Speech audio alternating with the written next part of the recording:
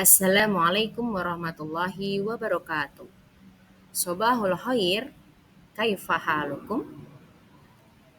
Di pagi yang cerah ini, anak-anak akan belajar keteladanan Khulafaur Rasyidin. Tujuan dari pembelajaran ini adalah menjelaskan siapa Khulafaur Rasyidin, menyebutkan nama-nama Khulafaur Rasyidin, serta meneladani sikap dan kepemimpinan para Khulafaur Rasyidin dalam kehidupan sehari-hari. Kita perlu mengenal terlebih dahulu siapa itu Khulafaur Rasyidin. Khulafaur Rasyidin adalah 4 khalifah pertama setelah wafatnya Rasulullah Shallallahu Alaihi Wasallam yang memimpin umat Islam dengan adil dan mengikuti ajaran Islam dengan benar. Mereka adalah sahabat dekat Rasulullah yang terkenal jujur, bijaksana, dan mencintai kebenaran. Selanjutnya, beliau adalah Abu Bakar Asy-Syiddiq radhiyallahu anhu. Abu Bakar Asy-Syiddiq adalah khalifah pertama yang menjabat dari tahun 632 sampai 634 Masehi. Mengapa beliau dijuluki Asy-Syiddiq? Karena selalu membenarkan peristiwa Isra Mi'raj yang dialami Rasulullah. Apa jasa yang beliau lakukan saat menjadi pemimpin? Beliau menyatukan umat Islam, menangani orang-orang yang memberontak dan mengumpulkan Al-Quran. Dan keteladanan yang bisa kita ambil yaitu beliau memiliki sifat yang jujur, tegas, dan rendah hati serta cinta kebenaran.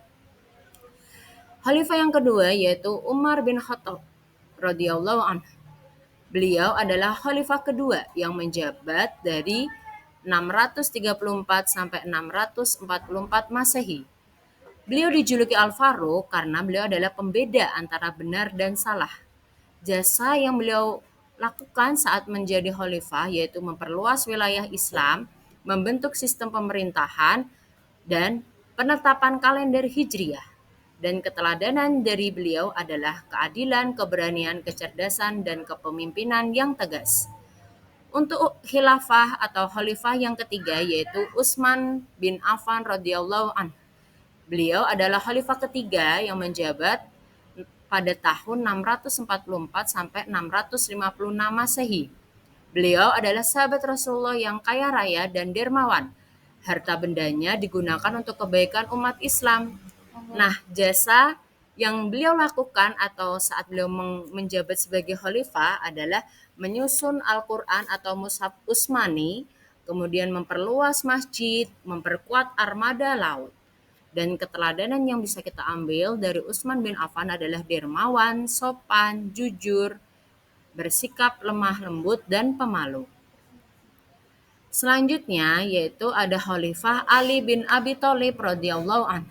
Beliau adalah khalifah keempat yang menjabat dari tahun 656 sampai 661 Masehi. Beliau terkenal karena kecerdasan dan keberanian dalam membela Islam.